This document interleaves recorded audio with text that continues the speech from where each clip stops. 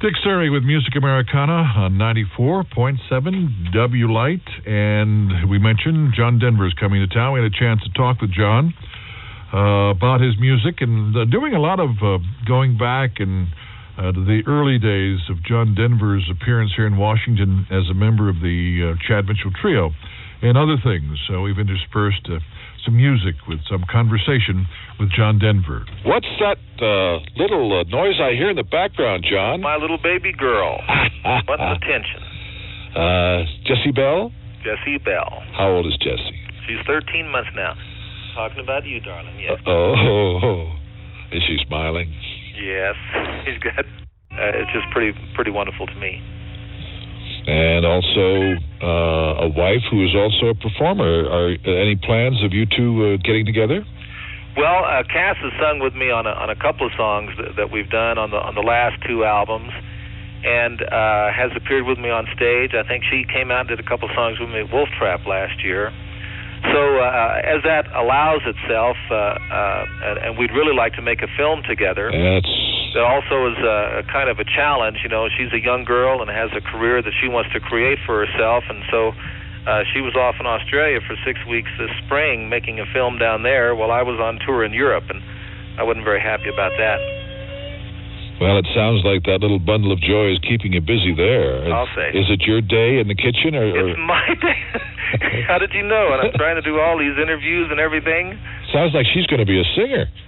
Well, we'll see. Her mom's a singer, I'm a singer, and she sings along with everything that's on the radio or television, so we'll see. Does she have a preference? I mean, when she hears a John Denver song on the radio, does she say, I know who that is? Not that it can be noticed yet.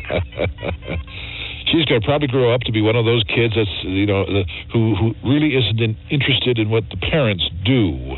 Yeah. My dad sings, but so what?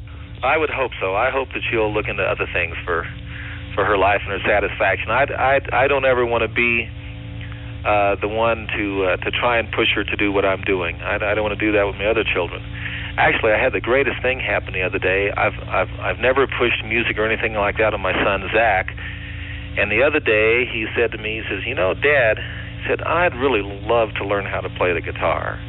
And all my friends ask me if I play the guitar and really look at me weird when I don't, and here I have the best guy in the world to teach me."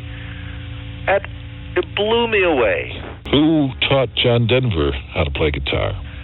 Well, I had lessons when I got that guitar from my grandmother. I was 12 going on 13, and I had lessons from a fellow named Aaron Campbell in Tucson, Arizona, and that lasted about a year.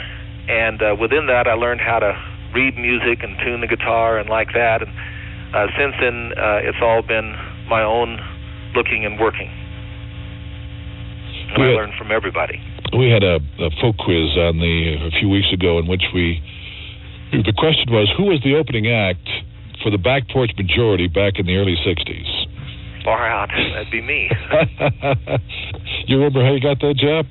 Yeah, I was out to California. I left college to either get music out of my system so I could go to school seriously, or, and this is in the opposite order, see how far I could go with my music.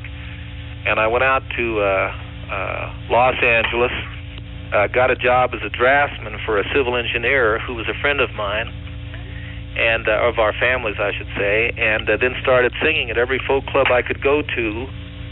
Got hired at this place called Ledbetter's, which Randy Sparks owned, and the Back Porch Majority was what was the farm team for the new Christian Minstrels, kind of. And I got hired as their opening act. If you didn't make out in music, John, what were you going to be? An architect. At least that's what I thought in time. That was my interest and what I was majoring on in college. And I would have been either an architect or a pilot. What you are now. Yeah. Host Dick Cerri. But here's John on the telephone just a couple of weeks ago talking about 60s music. He had the influence on most of the folkies back a lot of people, yeah. In that era. Yeah. Boy, I'd love to get some copies of some of those albums sometime when I'm in Washington. Can I come by and Oh, absolutely. Some, well, you can't find the Gate of Horn album, those two guys, and I had that album. There's that. There's another album I have, I wonder if you have, called New Orleans, Home of the Blues. No, I don't have that. That was one of the first albums with the Neville Brothers. There was another one I was thinking of the other day. There are so many. Oh, so many. You remember Joe and Eddie? They had Joe and Eddie, right? Exciting. How about the old Modern Folk Quartet? Yeah. They were favorites of mine. And how about, what was the group, The Gold? This was 4 kids, 2 sisters and 2 guys, if I remember correctly. The Goldbriars? Oh, yeah, the Goldbriars. Yeah, out of Minnesota. Real interesting songs, I Yes. thought. Real interesting harmonies. Yeah, well, we have the Modern Folk Quartet. Yeah. What I'll do is we'll make some tapes of these for you. Oh, that'd be fantastic. The fantastic. The Gate of Horn.